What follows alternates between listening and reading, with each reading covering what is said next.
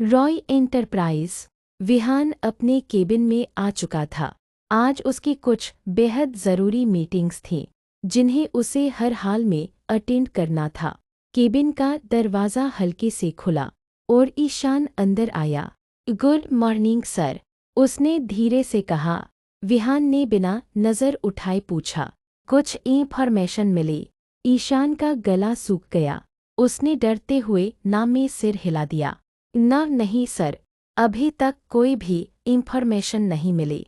इतना कहते कहते ईशान को महसूस हुआ कि केबिन का तापमान जैसे अचानक बढ़ गया हो। उसने सिर उठाया। विहान सीधे उसे घूर रहा था। वो नज़रें गुस्से से भरी थी, खामोश लेकिन जानलेवा। ईशान अनजाने में एक दो कदम पीछे हट गया। सर वो आगे कुछ कहने ही वाला था कि जस्ट शट अप। विहान की ठंडी लेकिन खौफनाक आवाज़ गूंजी। जितनी जल्दी हो सके उसे ढूंढो। Now get out. ईशान ने एक पल भी नहीं लगाया। वो तुरंत केबिन से बाहर निकल गया। विहान अपनी कुर्सी से उठा, कांच की दीवार के पास गया और नीचे फैली मूवी को देखने लगा। उसकी आवाज़ धीमी थी लेकिन इरादे बेहद खतरनाक। तुम्हें मैं ढूंढ ही लूँगा। उधर सर्वेंट कोर्ट। रात हो चुकी थी। सुमन जी की तबीयत अभी भी थोड़ी खराब थी। क्रिया ने कहा, माँ डॉक्टर के पास चल लेते हैं। नहीं बेटा, सुमन जी बोलिए, मैंने दवाई ले ली है, ठीक हो जाऊंगी। पर अगर कल तक बुखार नहीं उतरा तो चली जाऊंगी। सुमन जी ने बात खत्म कर दी। फिर उन्होंने मुस्कुराकर पूछा, कल से कॉलेज है ना? तैयारी हो गई? क्रिया की आंखों में हल्की चमक आ गई। हाँ माँ, टॉपर होने की वजह से स्कॉलरशिप मिली है, इसलिए मुंबई के सबसे बड़े कॉलेज में एडमिशन हो गया। बस कल सारी फॉर्मेलिटी करनी है। मुझे तुम पर गर्व है बेटा, सुमन जी ने कहा। क्रिया बस मुस्कुरा दी।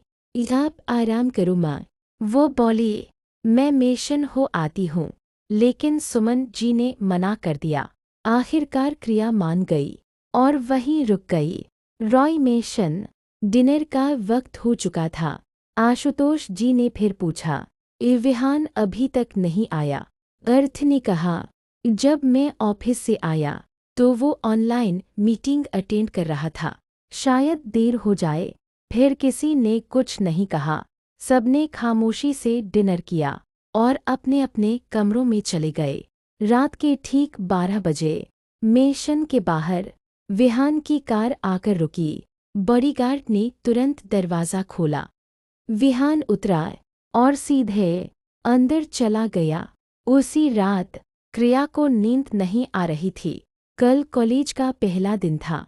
उसने सुमन जी की तरफ देखा। वो सो रही थीं और उनका बुखार भी थोड़ा कम हो गया था। दिल को थोड़ा सुकून मिला। क्रिया चुपचाप बाहर खुली हवा लेने चली गई।